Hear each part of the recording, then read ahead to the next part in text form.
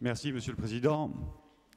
Monsieur le Président du Conseil exécutif, la gestion des déchets est une problématique majeure en Corse et un dossier prioritaire pour notre majorité. Monsieur Lacombe, dans sa question, n'est pas revenu sur l'historique de ce dossier. Tout d'abord, il convient de rappeler la situation difficile dont vous avez hérité des mandatures précédentes en décembre 2015.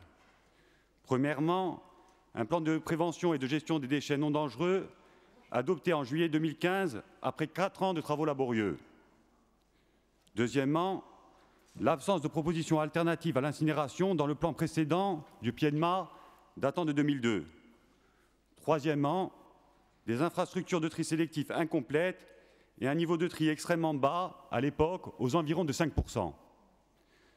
Enfin, dernier point, une exploitation des centres d'enfouissement dans des conditions catastrophiques pendant près de 30 ans, dans le déni total des règles élémentaires de respect de l'environnement et de sécurité sanitaire, voire des règles administratives, allant jusqu'à l'absence d'enquête publique avant ouverture. Ces quelques exemples, Monsieur le Président, illustrent bien la gestion désastreuse ayant perduré en Corse pendant des décennies.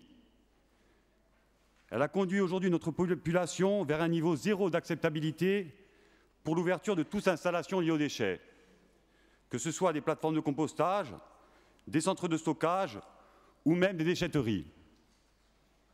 Depuis 2 ans, votre volonté politique a permis d'adopter, en mai 2016, en seulement 4 mois de mandature, un plan d'action pour la réduction et le traitement des déchets ménagers en Corse. Les premiers résultats sont fort encourageants, puisque les tonnages à l'enfouissement ont baissé de 6% en 2016 et se sont stabilisés en 2017, malgré une augmentation constante à la fois de la fréquentation touristique, mais également de la population résidente. Ces mesures ont également permis d'augmenter le tri d'environ 50% sur les 2 dernières années, grâce notamment au soutien de l'Office de l'environnement et de l'ADEME pour l'équipement des intercommunalités qui ont été confrontées d'une part à des besoins financiers importants pour la mise en place du tri sélectif et d'autre part à de sérieuses difficultés de collecte encore accentuées lors de la fusion. À ce titre, le travail engagé a récemment conduit à l'élaboration des projets de centres de tri dits multifonctions à la CAB et à la CAPA. Enfin, il faut souligner que le traitement des déchets relève d'une compétence du CIVADEC. Il lui appartient donc de proposer des solutions pour l'enfouissement des dizaines de milliers de tonnes encore générées annuellement, et cela jusqu'en 2021, voire 2022. Nous sommes bien conscients, Monsieur le Président, de la complexité du sujet et du fait qu'il n'existe pas de solution idéale. L'actualité récente a réveillé cette problématique avec le projet d'une installation de stockage des déchets non dangereux sur la commune de Moltifao. En effet, le site envisagé pour ce centre a provoqué l'inquiétude des habitants de la micro-région qui s'interrogent sur d'éventuels impacts environnementaux. D'autres territoires, tels que le Fiumo ou l'Orient ou encore le Sartenay-Valink, ont d'ores et déjà contribué considérablement à l'enfouissement des déchets et ils se questionnent également sur son devenir. Pour toutes ces raisons, Monsieur le Président, nous vous demandons de préciser les démarches qui seront entreprises durant la mandature à l'égard de la problématique de gestion des déchets.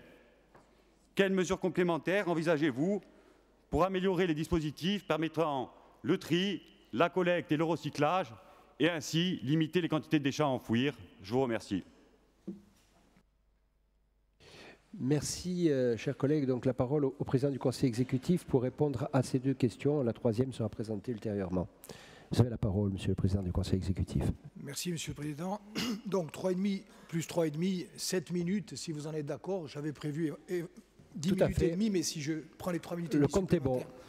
Je ferai donc 3,5, 7 et un peu plus. D'abord, vous dire, Monsieur le Président, mes chers collègues, que je réponds au lieu et place de François Sargentini, qui n'est pas là aujourd'hui. Je voudrais bien sûr lui transmettre notre amical bonjour à toutes et à tous, fraternel en ce qui nous concerne, et dire aussi au seuil de mes explications que François Sargentini est le président de l'Office de l'environnement de la Corse, qu'à ce titre, il a en charge la gestion des déchets et que lorsqu'il parle pour moi, président du Conseil exécutif, il parle pour nous, Conseil exécutif, et il parle pour la majorité territoriale. Toujours, quelles que soient les difficultés des dossiers, quelle que soit les obstacles à surmonter lorsque un membre du Conseil exécutif parle, ou lorsque le président de l'Assemblée de Corse parle, ou lorsque un membre de la majorité territoriale parle au nom de la majorité, c'est toute la majorité territoriale qui l'engage de façon solidaire et indivisible. Ce qui ne veut pas dire que nous ne sommes pas ouverts à toutes les discussions et à tous les débats. Ce premier point étant posé, j'aimerais de suite dire que s'il y a 3 questions de nature différente aujourd'hui, mais convergentes, c'est bien parce que nous sommes confrontés à une situation de crise qui est déjà devenue une crise aiguë, et que nous avons à y faire face en ayant conscience que nous sommes dans un système extrêmement contraint et que chacun doit assumer ses responsabilités en ayant conscience que la solution ne pourrait être que collective. Je voudrais organiser mes réponses autour de 2 axes. Premièrement, l'héritage. Deuxièmement, nos décisions et les perspectives de court et de moyen terme. L'héritage, je ne serai pas long, mais je voudrais vous dire quand même si cela a déjà été dit, je vous le dis à vous, mais vous le savez, mais je veux le dire aussi à tous les Corses, qu'on reproche au Conseil exécutif et à la majorité territoriale de ne pas avoir résolu en 2 ans ce problème. Aurions-nous pu le faire? Non. Nous avons, là comme ailleurs, hérité d'une situation de décennies de lâche-à-gore, de non-gestion, tantôt de non-choix et tantôt de choix qui se sont faits le plus souvent au détriment de l'intérêt général, et des choix qui ont objectivement profité essentiellement non pas à l'intérêt général, mais à des intérêts privés. Ça, c'est la réalité de ce qui s'est passé pendant des décennies. Je vous rappelle, vous qui êtes sévère, et injustement sévère, quelquefois, sur les quelques mois qui viennent de passer, que, sans remonter au tout début, en 1993, il y avait 2 plans départementaux qui annonçait la création de 8 centres d'enfouissement. Aucun n'a vu le jour. Qu'entre 1993 et 2015, moment de notre accession aux responsabilités, le tri est passé de 0% à 5%. Là où partout ailleurs en Europe, il passait de 20 à 40, à 50 et à 60. Qu'entre 1993 et 2015, il n'y a eu aucune construction significative dans le domaine du traitement des déchets, mais que par contre, on a continué à tombeau ouvert sur le chemin du tout enfouissement dans des conditions exécrables et au mépris des règles européennes et françaises de respect environnemental et de sécurité sanitaire. Aurions-nous pu changer cette situation en 2 ans du tout au tout? Non. Quelles ont été les conséquences de cet héritage? Eh bien, indépendamment de toutes les atteintes environnementales, indépendamment de l'argent gaspillé, indépendamment du système pervers, cautionné et organisé pendant des décennies, il y a aujourd'hui, de la part des Corses, et c'est normal, une intolérance à tout nouveau projet, parce qu'il manque le plus important dans ce type de projet, comme dans bien d'autres projets, c'est la confiance. Aujourd'hui, les gens de Vigianello et de Prunelli di Fiumorbo nous disent « Nous ne voulons pas continuer parce que nous ne savons pas où vous allez et nous ne sommes pas sûrs que vous irez ailleurs. » Et les gens qui sont pressentis pour des études dans certains territoires, je me tourne notamment vers Cathy Cognette qui a posé cette question, mais la réponse intéresse directement beaucoup d'autres élus, y compris, vous la citez dans votre question, de Piève et voisine, vous parlez du canal, vous parlez de la Balagne, de la Haute-Balagne. Eh bien, les gens disent, mais nous, on ne veut pas avoir chez nous ce que les autres ont supporté pendant des décennies, et donc ça a complexifié singulièrement l'équation. Quelles ont été, deuxième point, nos décisions? En 1 an, nous avons exercer pleinement la compétence qui est la nôtre, c'est-à-dire, à titre principal, fixer le cadre stratégique. Et nous avons fixé un cadre stratégique qui est une réorientation totale, un passage du tout enfouissement à un système où le tri à la source est l'option centrale de l'organisation que nous voulons. Nous avons adopté ce plan le 27 mai 2016. Quelle est aujourd'hui notre vision de ce qu'il faut faire dans les 3, 4, 5 ans à venir? Elle est claire et je continue à vous dire qu'elle est la seule qui tient la route. Premier point, le tri à la source comme pilier fondamental. Le tri à la source comme pilier fondamental dans les 2 grandes communautés d'agglomération qui produisent environ 75% des ordures, la CAPA et la CAB, et le tri à la source également dans les intercommunalités qui viennent de se restructurer, qui sont confrontées à des difficultés, qui ont des territoires immenses à gérer. Donc tri à la source partout, et oui, dans notre philosophie et dans notre modèle d'action, si nous devions avoir une référence, notre référence, c'est zéro déchet. C'est la philosophie de zéro déchet. Et nous sommes tout entiers orientés là-dessus. Deuxième pilier, nous pensons et nous savons que parce que nous n'avons pas seul la compétence, et que ça dépend aussi, vous le savez, nous avons les orientations stratégiques, la collecte, ce sont les intercommunalités, le traitement, c'est le CIVADEC, le financement et l'instruction des dossiers, c'est l'État, notamment via l'ADEME. Nous ne sommes pas seuls à décider. Nous ne pouvons pas faire seuls. Et donc nous avons amodié notre choix initial en allant, deuxième étape, vers des centres de surtri. 2 centres de surtri que nous voulons installer conformément à ce qui a été dit par les territoires ruraux, au plus près des bassins de production d'ordures ménagères. C'est une concession que nous avons faite. Ces 2 centres de surtri, oui, c'est une concession que nous avons faite pour contribuer à la résolution de la crise. Ajaccio, Ajaccio, c'est acté. Bastia ou le Grand Bastia, et ça va commencer, Bastia ou le Grand Bastia, c'est en train d'être discuté avec les communes concernées et nous avons bon espoir de déboucher. Quelle est la crainte de ceux qui prônent le tri? Ils nous disent, oui, mais c'est contradictoire, vous faites du surtri, ça veut dire que pour alimenter ces usines, eh bien, vous allez forcément limiter le tri, puisqu'elles auront besoin de matière à surtrier. En quoi nous disons, nous voulons configurer, et c'est pour ça que nous voulons garder la main du public, nous configurerons ces usines de surtri strictement à la hauteur et à la mesure de tout ce que nous pourrons trier.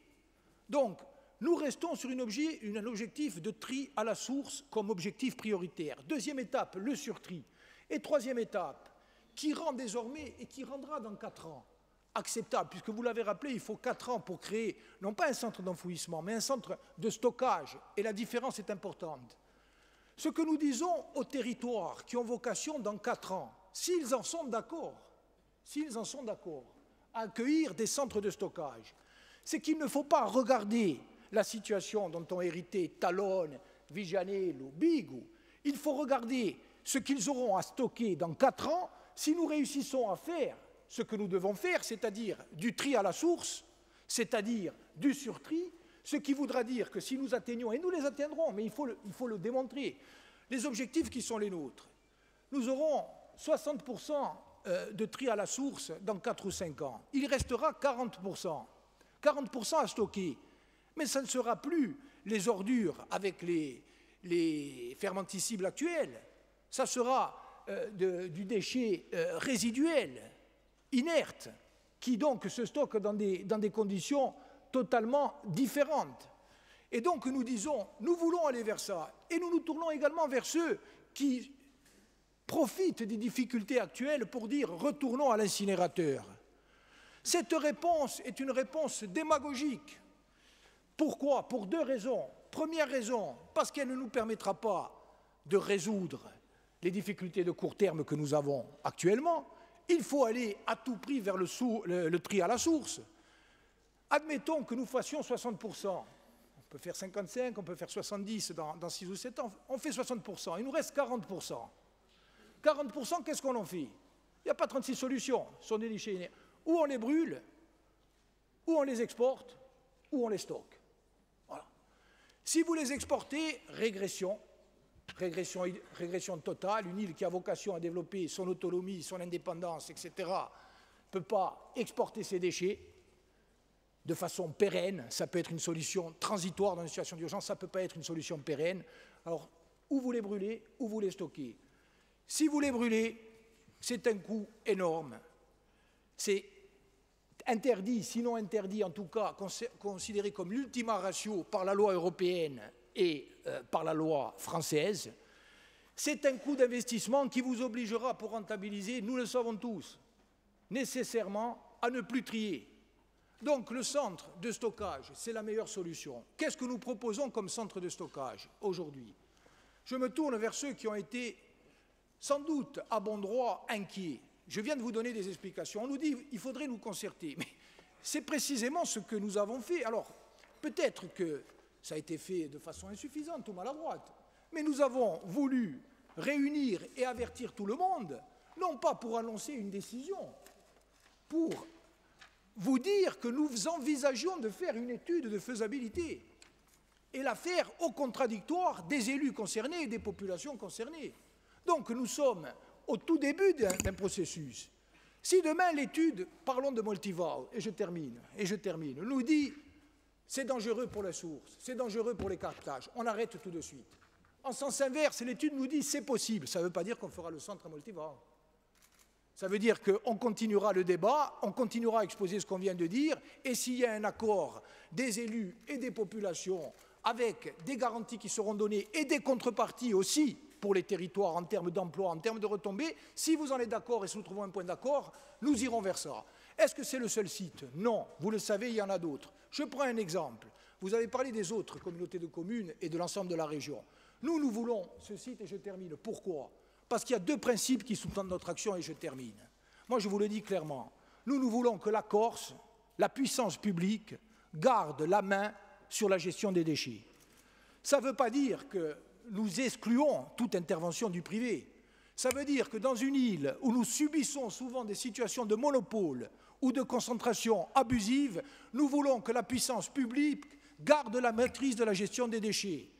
Et nous voulons qu'il n'y ait pas de profits anormaux ou illicites sur la gestion des déchets. Ça, c'est la première chose. Et la deuxième chose, c'est qu'en mettant un centre ou des centres, là ou ailleurs, on verra sur d'autres sites, vous savez que certains ont été évoqués, y compris par des élus qui étaient opposés, y compris sur le trajet entre Pontelecce et La Balagne. Il y a peut-être des endroits qui s'y prêtent mieux. Je ne le sais pas au jour d'aujourd'hui. N'y voyez pas malice, on va en parler avec les élus, on va en parler avec les présidents d'intercommunalité, on va en parler avec les maires, on va en parler avec les populations. On va faire ces études. Nous, on veut qu'il y ait préférentiellement le chemin de fer. Parce que dans son rapport, la Chambre régionale des comptes, la Chambre a notamment visé les surcoûts en matière de transport. Aujourd'hui, nous payons pour transporter des ordures non triées dans toute la Corse. C'est la double et la triple peine. Nous voulons en sortir. Et nous voulons notamment que les chemins de fer de la Corse puissent transporter dans des conditions sécurisées, dans un coût qui soit raisonnable, avec une réorganisation qui ne laissera pas au bord du chemin les entreprises privées, mais dans des conditions qui satisfassent à l'intérêt général. Voilà ce qu'est notre vision, voilà ce que nous allons expliquer. Avec cette vision, nous disons que nous pouvons sortir de la crise actuelle, qui est réelle. Alors on va aller à Vigianello, on va aller à Prunelli, on va continuer à discuter, on va plaider là-dessus. Je termine, oui, nous sommes prêts à un débat, y compris avec des chiffres beaucoup plus précis que ceux que nous avons eus tous les uns et les autres, parce que nous aussi nous avons des difficultés à obtenir les chiffres. Et nous continuons à être persuadés que le chemin que nous vous proposons de prendre est le meilleur.